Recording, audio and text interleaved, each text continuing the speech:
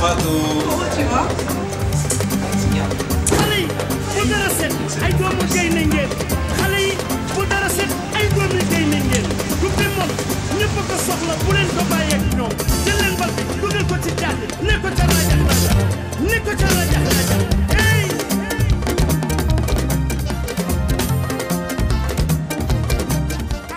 Mesdames, Messieurs, bonsoir. Merci de votre fidélité et bienvenue à cet entretien exceptionnel avec le tout nouveau sociétaire du Paris Saint-Germain. Il s'agit de sa première sortie médiatique depuis qu'il a signé avec le club de la capitale. Idrissa Gana Gueye, international sénégalais. Merci de nous accorder en exclusivité cette interview. Bonsoir. Bonsoir, maman. Comment ça va? Ça va et toi? Est-ce que vous avez eu un peu le temps de vous reposer durant ces vacances? On essaie de se reposer, mais voilà, quand on est au Sénégal, il faut aller voir les familles, les amis. Donc c'est un peu plus compliqué, mais voilà, on essaie en même temps de se reposer, de travailler un peu pour ne pas arriver trop fatigué. Et puis il y a eu cet aller-retour en France pour enfin concrétiser donc ce transfert avec Paris. Ouais. Est-ce que c'est encore de l'émotion? Vous avez eu le temps de digérer, voilà, depuis une semaine, voire 10 jours, que maintenant c'est fait? Oui, c'est passé depuis longtemps. J'en ai profité avec ma famille. On a fait un petit repas pour fêter le moment. Après, voilà, c'est pas une finalité. Il y a encore beaucoup de travail et on a encore du chemin à faire. Ouais. Alors, il y a eu une première tentative avortée, c'était au mois de décembre, beaucoup de bruit jusqu'au mois de janvier. Finalement, ça ne s'est pas fait. Et là, comme je le disais tout à l'heure, ça s'est concrétisé. Qu'est-ce qui a facilité ce mouvement sur Paris? Et vous, qu'est-ce qui vous a motivé aussi à rejoindre cette équipe? Il y a tout qui m'a motivé, le projet du club, le coach, les joueurs qui jouent dans ce club. Tout le monde sait qu'aujourd'hui, le Paris Saint-Germain, c'est un très très grand club, reconnu mondialement. Donc c'est juste un plaisir pour moi de rejoindre cette équipe. Et après, ce qui a facilité, les deux clubs, ils ont bien discuté, ils sont tombés d'accord et voilà, l'accord a été trouvé. Et tout le monde en a tiré des bénéfices. Après, il ne restait plus que les tests médicaux. Après, ça s'est très bien passé. Aujourd'hui, je suis un joueur du Paris Saint-Germain. Et il paraît que vous avez tout explosé, vous avez fait les tests, ça s'est bien passé. Vous n'avez pas ressenti la fatigue de la CAN ou c'était une motivation supplémentaire? J'ai eu une semaine pour bien me reposer. Et après, on le sait tous, on a toujours peur de passer ces tests parce qu'on ne sait jamais. Et voilà, j'avais un petit stress la veille, mais finalement, tout s'est très très bien passé. Et on remercie le bon Dieu. Alors, Gana, vous le disiez tout à l'heure, ce n'est pas une finalité en soi, mais quand même, c'est du chemin parcouru. Aujourd'hui, vous êtes dans un club voilà, qui a un certain calibre, avec un certain niveau, une certaine renommée. Quand vous regardez un peu dans le rétroviseur, qu'est-ce que vous vous dites? Je suis content, je suis fier. Quel est le sentiment qui vous anime? Bien sûr, on est content, on est fier quand on regarde d'où l'on vient, mais voilà, comme je l'ai dit, pour moi, ce n'est pas une finalité. Quand j'aurais arrêté le football, là, j'aurais eu le temps de regarder tout le chemin que j'ai parcouru. Et pour moi, c'est trop tôt pour moi de faire un bilan de ma carrière. C'est comme si c'était la fin, mais voilà, c'est pour ça que j'aime pas trop en parler, parce que je sais que je peux encore faire mieux, donc je vais continuer de travailler et je suis très très content de rejoindre ce club parce que voilà, c'est tout le travail fourni pendant des années qui paye finalement et voilà, on continue de bosser, on va rien lâcher, on va continuer sur notre lancée et essayer de faire le mieux possible. Certainement, l'objectif ce sera de jouer. Est-ce que vous avez échangé avec le coach sur ce que vous attendez de ce club et ce qu'ils attendent de vous? Je sais que voilà, a priori vous serez un récupérateur, on parle de sentinelle, il y aura aussi la concurrence. Est-ce que vous avez déjà discuté de tout ça avec Thomas Tuchel? Bien sûr, forcément, on s'est eu au téléphone, donc on a eu à échanger pendant quelques temps et voilà, il a dit ce qu'il attendait de moi. Qu'est-ce qu'il attend de vous? Bon, ça reste confidentiel, c'est entre lui et moi, mais voilà, il m'a fait savoir qu'il me voulait absolument dans son effectif et qui comptait beaucoup sur moi et qu'il aimerait bien que je rejoigne ce club. Après, on a fait ce qu'il faut et le courant s'est très bien passé. Ça fait partie aussi de mes motivations d'avoir eu ce contact avec lui et qui m'a beaucoup rassuré. Et voilà, ça m'a facilité les choses de faire un choix rapidement. Et il n'y avait même pas de choix à faire. Pour moi, c'était... Ouais, donc, même si Manchester United s'est positionné à la dernière minute, a voulu aussi vous récupérer. Là, je n'étais pas au courant. Ça. Ah bon, d'accord.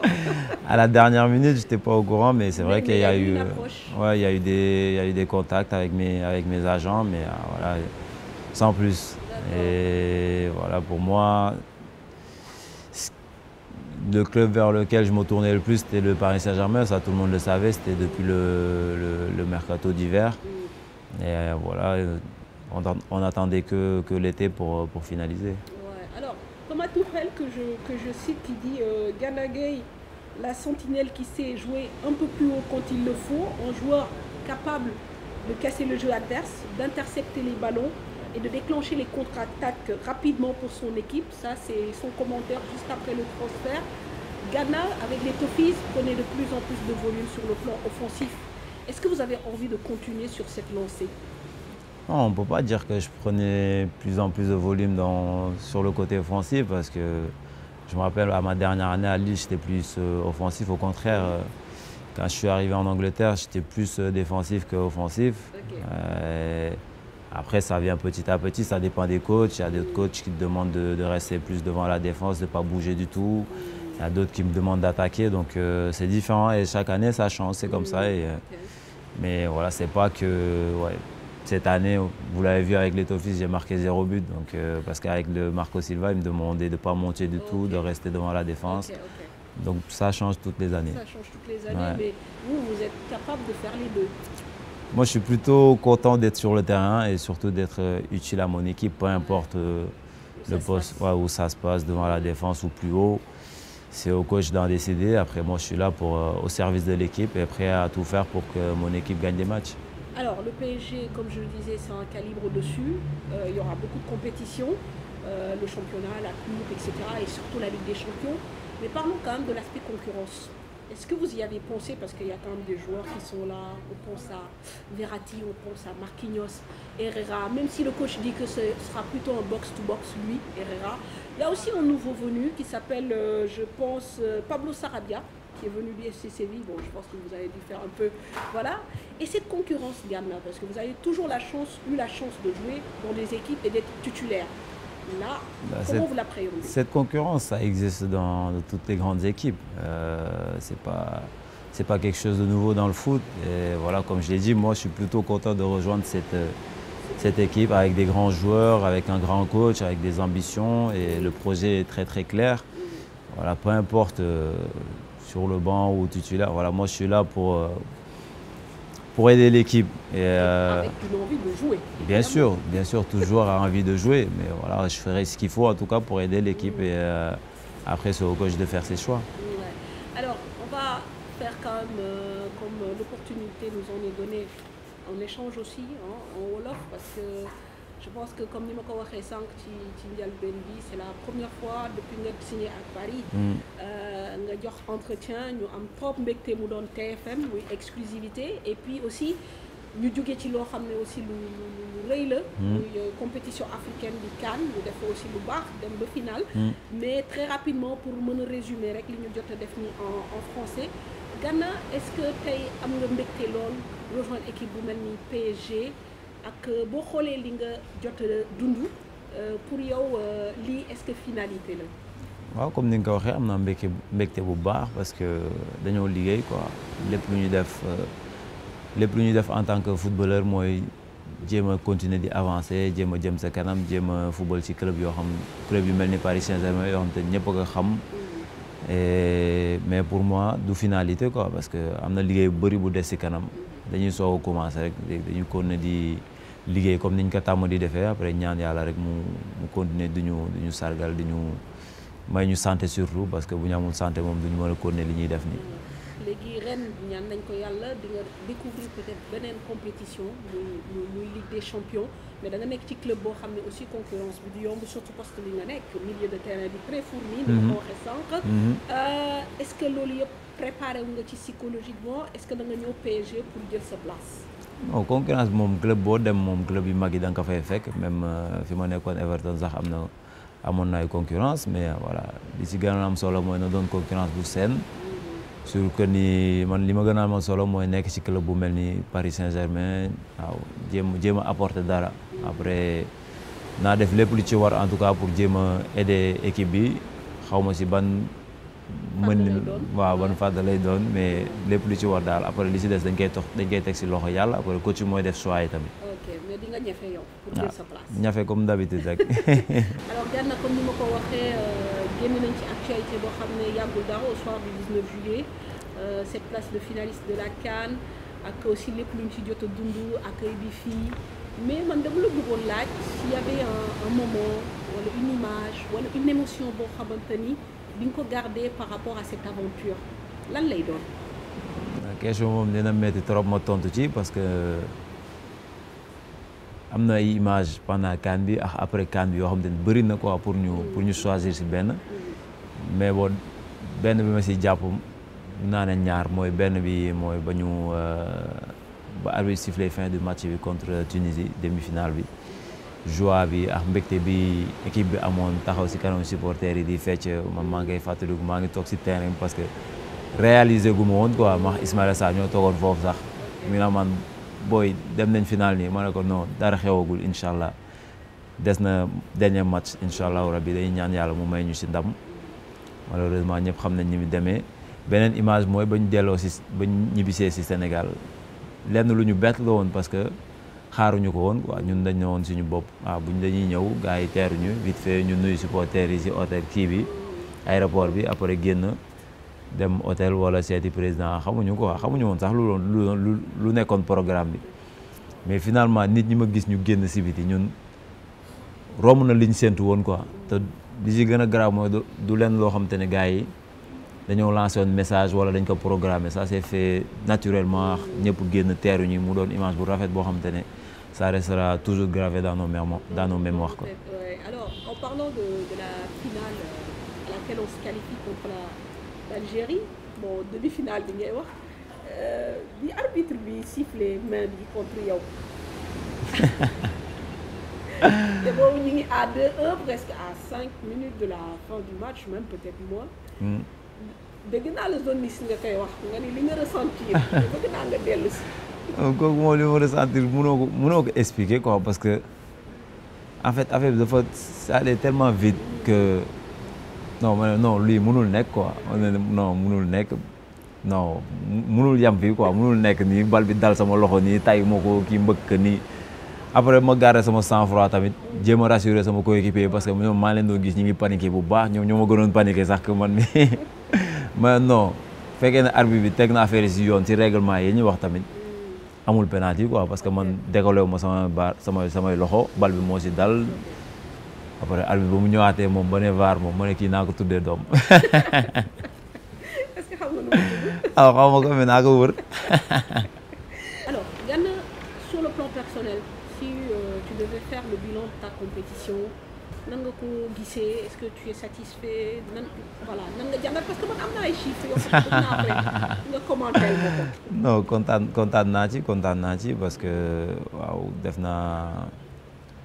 def naa lépp loo xamante ne mënoon naa ko même si waaw on peut toujours faire mieux mais avec blessure bi ma amoon ci premier match yi après xam rek day des sa bopp pour nga bañ a répéter mu kiiwaat quoi mu daggaat wala affaire yooyu nga nekk di ratawaat ay yeneen match donc après da ngay jël plus de temps pour ñëwaat physiquement affaire yooyu mais après def naa lépp li ci war xam compétition bi guddoon na trop mais waaw ñu ngi sant yàlla def nañ li ci war ba ñu dem ci final malheureusement ñu ñàkk ko mais voilà dañuy defarwaat rek ñëwaat waaw année par année rek ndànk-ndànk. day ñëw ndànk-ndànk alors parce que damay xool sànq ay statistiques yoo xam ne je les ai récupérées sur un stade Et puis ma gis ni que effectivement sur le plan mooy li ñu doon wax un peu sànq en français. Sur le plan offensif, mais d'ailleurs on commentera un peu ta position après. Tu me diras comment tu t'es senti par rapport à Pape Alioune, Henry et tout. Donc ma gis ni que par exemple sur les passes réussies, pratiquement tu as une moyenne de 87%. Sur les 6 matchs que tu as eu à faire. Donc contre la Tanzanie c'était parfait, 85, contre le Kenya tu as eu 88%, Sénégal-Ouganda 88%, Sénégal-Bénin 86%, Sénégal-Tunisie 81%, et puis Sénégal-Algérie, il y a une petite baisse, 78%. Il paraît que Belmadi qui a le coaching. Et puis quand on regarde les duels gagnés, ça veut dire que peut-être sur le plan défensif, en tout cas au combat, on t'a demandé d'être moins présent. En tout cas tu me diras.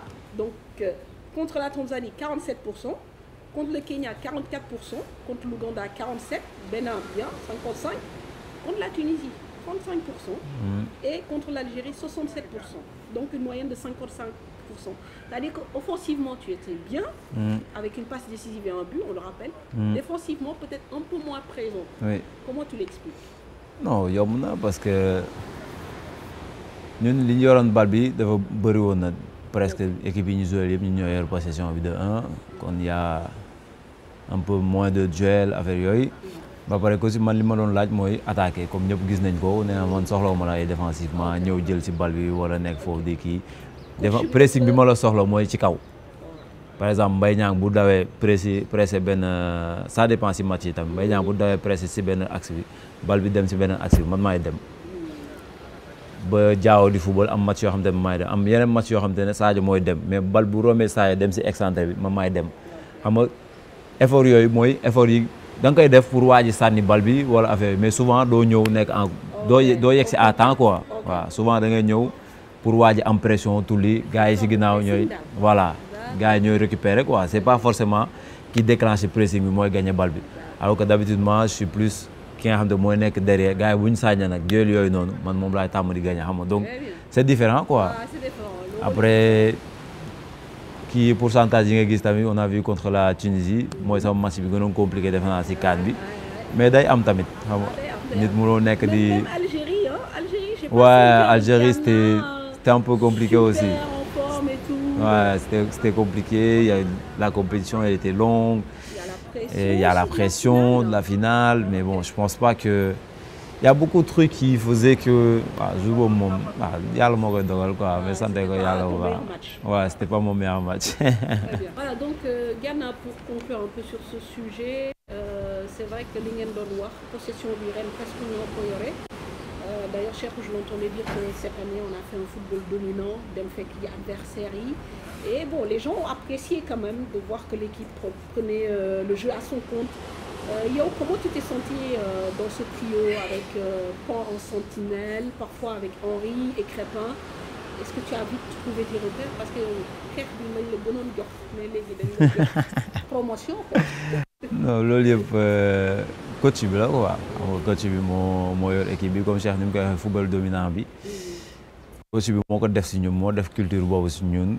Genre ñuy bañ a taxaw di xaar équipe bi dem jëli leen loo am jël quoi ñun Sénégal loolu lañ xam xëy na amuñu benn culture bi nga xamante ne surtout taxaw di xaar loolu dafa laaj organisation quoi dafa laaj ay taxaw coulisser fii jaar fii yow ñëwal fii ñun xamuñu yooyu ñun dañuy ñëw dem kii nga romb kii keneen ñëw looloo tax xëy na ñu indi football dominant boobu. Après beneen question mooy trio bi si milieu bi comme ni nga ko waxee coach bi dafa ma laaj beneen rôle boo xamante ne c'est différent que rôle bi ma daan laaj avant mooy taxaw si kanamu défense bi bàyyi Cheikhou mu dem mooy temps yi ma daan gérer Cheikhou wala Papa Line déjà des fois devant moi bi ba def na ma man gis naa yeneen qualité yoo xamante ne mën nga ko apporter équipe bi quoi te xam naa ne foofu ngay gën a amee njëriñ pour équipe bi même si su fekkee ni xëy na au début doo nekk à l'aise wala am na match yoo xamante ne doo dox mais amul problème man li ma lay laaj mooy dem ci kanam attaqué offensif après le rôle défensif nga bàyyi kaax Papa Line mooy nekk sa ginnaaw war a gérer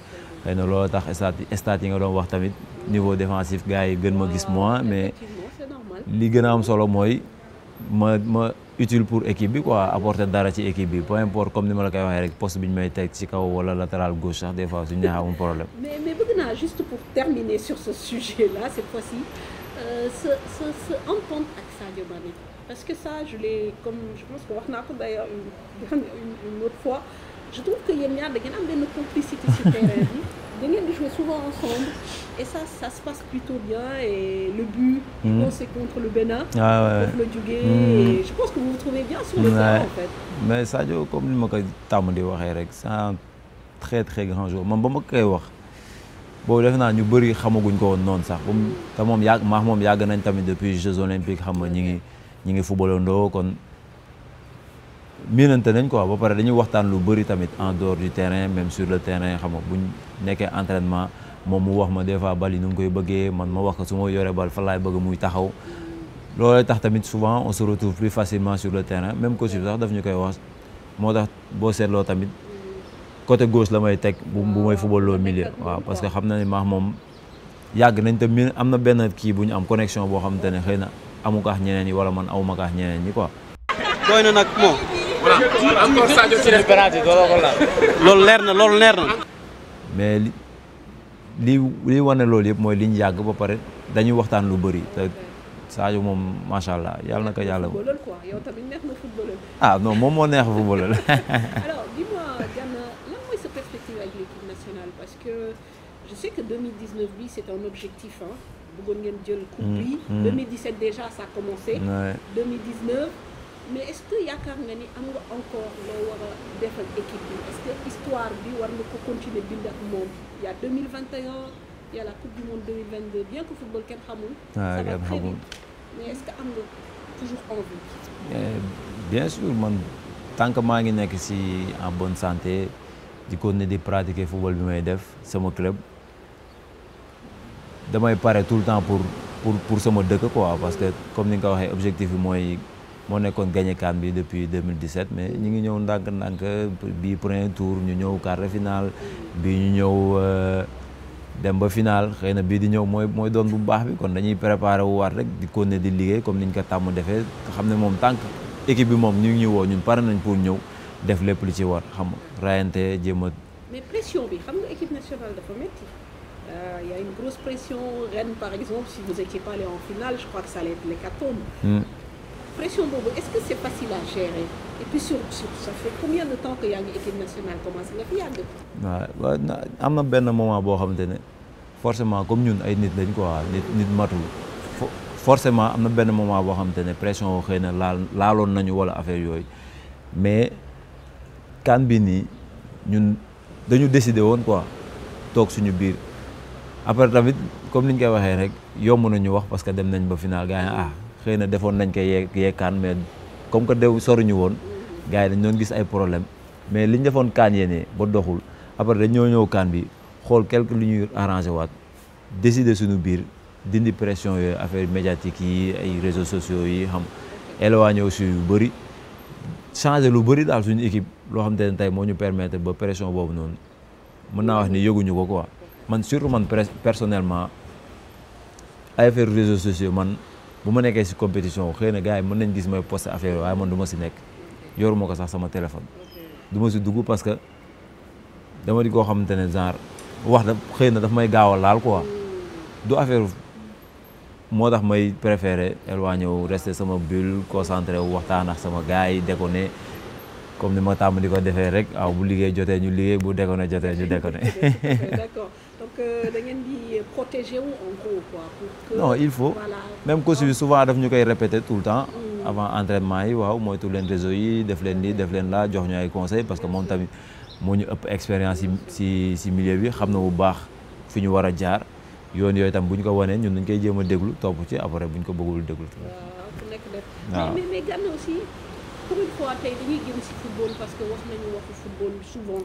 mais bëgg naa aussi ñu waxtaan un peu ci sa personnalité parce que man su ma lay gis ci carrière bi j'ai l'impression que voilà t'es un peu tu t'entends avec tout le monde c'est-à-dire un peu le passe-partout je vois que tu discutes avec tout le monde et au fil des années aussi dama gis une forme de sérénité xam nga tranquillité mel ni une forme de maturité loolu lan moo ko indi c'est le fait d'être papa c'est le fait d'avoir vécu tant d'années au niveau du professionnel voilà qu'est-ce qui explique cette tranquillité là. non wax nga benn mot rek mooy expliquer loolu yëpp mooy maturité bi defe naa ni loolu la rek ak expérience bi xam nga début bi amoo expérience amoo maturité bi forcément peut-être am na affaire yoo xamante ne doo ko gérer ni nga ko war a gérer sa émotion yi doo ko gérer ni nga ko war a gérer mais tey am na fooy day dem ba am fooy toll foo xamante ne di nga am yenn maturité yenn expérience yoo xamante ne lépp lu ñëw rek di nga ko mën a gérer ba pare doon leader ci équipe bi ñoo xamante ne ñun ñoo war a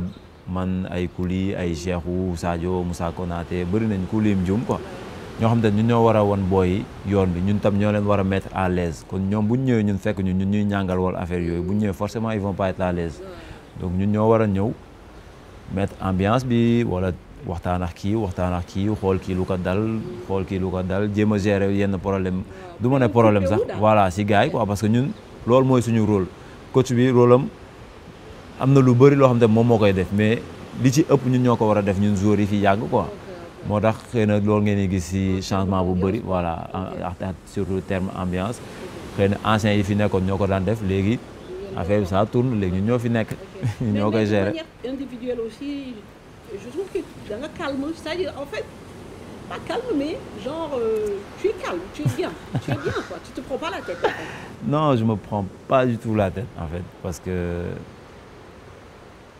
dama ci am expérience comme ni ñuy waxee xam am na benn moment boo xam ne toll na woon foo xamante ne xëy na je me suis pris la tête di jéem a calculer yenn affaires yi ba gis ni lii du man quoi man li ma xam mooy football ak buñ génnee si football bi buñ génnee si terrain bi jeex na après am na beneen dund quoi waaw am na beneen dund ba pare am na lu may jàng ci àdduna lu bëri tamit xam nga am na je me suis entouré de bonnes personnes aussi sama xarit yi ma nekkaloo ñoom laa mës a nekkal xam nga dañuy waxtaan ñëpp xam nañu man ni ma mel noonu laa mës a mel xëy na nag ñiy gis si télé bi nañ gis ne Gana waaw dafa calme wala affaire oui je suis très calme mais su ma nekkee sama gars yi du ma ne beneen Gana la quoi mais kooku man la. de toute façon Gana fecc moom ñëpp xam nañu ko. non kooku du man de fu ma romb ñu wax ma ko du man sama jumeau la man du ma fecc. xam nañ ni que am na côté boo xam ne moom soo bëggee déconner moom di nga déconner. voilà loolu du ay fecc ay déconner la quoi parce que da ci am man noonu laa mel je suis quelqu'un koo xamante ne xam nga.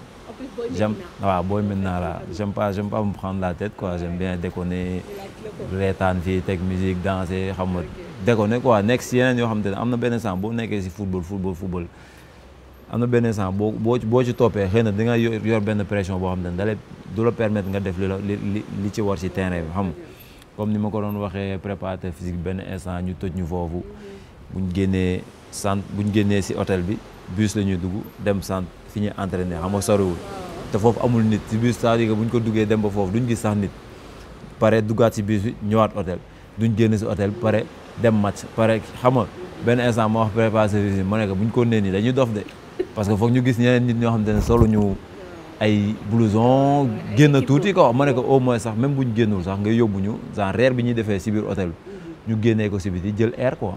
mais gis naa aussi benn acte boo xam ne posé ngeen ko ma ni si sama gars yi bëgg nañ coupe bi yow Cheikh bi ngeen demee Umra xam naa loolu ngeen njëkk ñaan non ñaan nañ ko fa nag waaw ñaan nañ ko fa bu baax mais religion bi aussi est-ce que bokkul tamit ci li tax nga gën a posé wu et tout ça. ah xëy na mais bon religion bi lu mës a nekk ci man la quoi lu mës a nekk ci man la mais xëy na umra bi sax man boo gisee Cheikh dama ko waxoon sax buñ dugal ay photo affaire yooyu après moom ni ma ko expliqué tamit yoon la quoi xam nga ku nekk ni ngay xalaatee ni ngay gisee affaire yi xam nga parce que man ni ma ko wax mooy bugguma gars yi gis ne foog ne nii dañuy wane wala affaire yooyu parce que ñun lii indiw ñu fi quoi mu ne non du affaire question wane wu xëy na yow bi ko dugal di nga jox envie keneen koo xamante ne musu ko dem mu am envie dem fa ma ne ko boo tamit explication bu baax la xam nga ku nekk ni ngay gisee rek waaw ñun bañ demee jaamu yàlla moo ñu fa yóbbu woon waaw li ñu fa yóbbu woon def nañ ko fi ñaan nañ fa suñu soxla tamit ñaanal suñu projet yi ñaanal équipe nationale bi ñaanal ñëpp waaw après nag yàlla mooy maye yóbbu nañu final xëy na waaw c'est très bien mais bon bu ñu sañoon jël ko quoi mais voilà li ëpp solo li ñu fa yóbbu woon jaamu yàlla la quoi après ñaan pour équipe nationale bu gagné affaire yooyu yëpp yàlla moo ne ñaan leen ma may leen tam dañ koy ñaan rek après bu ñu mayee tamit ñu jël. alors Gana mi ngi jeexal suñu waxtaan bi peut-être dernière question bi rek xam nga journaliste toujours day ko woon ba est-ce que trouvé nga sa kër déjà Paris xam nga fa ngay dem wala yaa ngi seet. visité naa benn kër. neex na ma trop. waaw mais après décision finale bi ça revient à madame. comme que moom visité gu ko kon xamaguma quoi parce que ñu ngi woon fii lañ nekkoon vacances te moom demagu fa léegi dama gën a ko bu ñu delloo nii incha allah ñu dem nga xool bu la kër gi neexee ñu jël bu la neexul tamit ñu wëri beneen ndax foog moom qu'elle se sente à l'aise dans la maison parce qu'elle passe plus de temps dans la maison que moi te mooy bu ñu koy waxee sax patronne de la maison quoi. mooy maîtresse de la maison. Maîtresse de la maison voilà moom mooy gérer. Mais du coup da ngay privilégier proximité avec le centre d'entraînement évidemment je pense. Oui pour première année bi plus proximité à centre d'entraînement bi le temps de bien connaître Paris de se mettre à l'aise après peut-être année yi si des ñu xoolaat si on doit déménager ou rester dans le même coin. Voilà Gana ñu ngi lay remercier bu baax ci entretien bi ni ma ko waxee muy sa première sortie depuis bi nga signé ak Paris. Évidemment, nous aussi, pour avoir suivi le parcours, on est super fiers pour toi. On te souhaite vraiment bonne chance. li may wax gars yi rek nee naa supporter marseillais yëpp am nañ dilemme instant yi nii parce que voilà quoi il faut que ñu xool Gana parce que il faut que ñu xool li muy def te ñun xam na Paris moom am na ci ñoo xam ne mooy loolu. Merci beaucoup en tout cas et bonne saison. merci beaucoup comme ni nga koy waxee rek supporter marseillais yu bëri am nañ problème parce que souvent sama robe stalisation dañ ma koy wax mais Gana nu may def man yow yaay sama joueur équipe nationale mais Marseille laay supporter ma ne ko léegi moom foog nga changer club mais waa surtout en tout cas di leen remercier bu baax tamit xam ci teewaay bi ngeen teew fii ñu toog waxtaan comme niñ tàmm di ko defee rek. Bien sûr voilà kon nag xam naa dinañu yaakaar ni que dinañ dem tamit fekki Gana au niveau de Paris xool moom aussi nu mu taxawee en tout cas ñu ngi remercier équipe technique bu ñu accompagner yëpp tey si li nga xam ne moom laa leen wax entretien exclusif la di leen jox daje beneen yoon merci et à bientôt.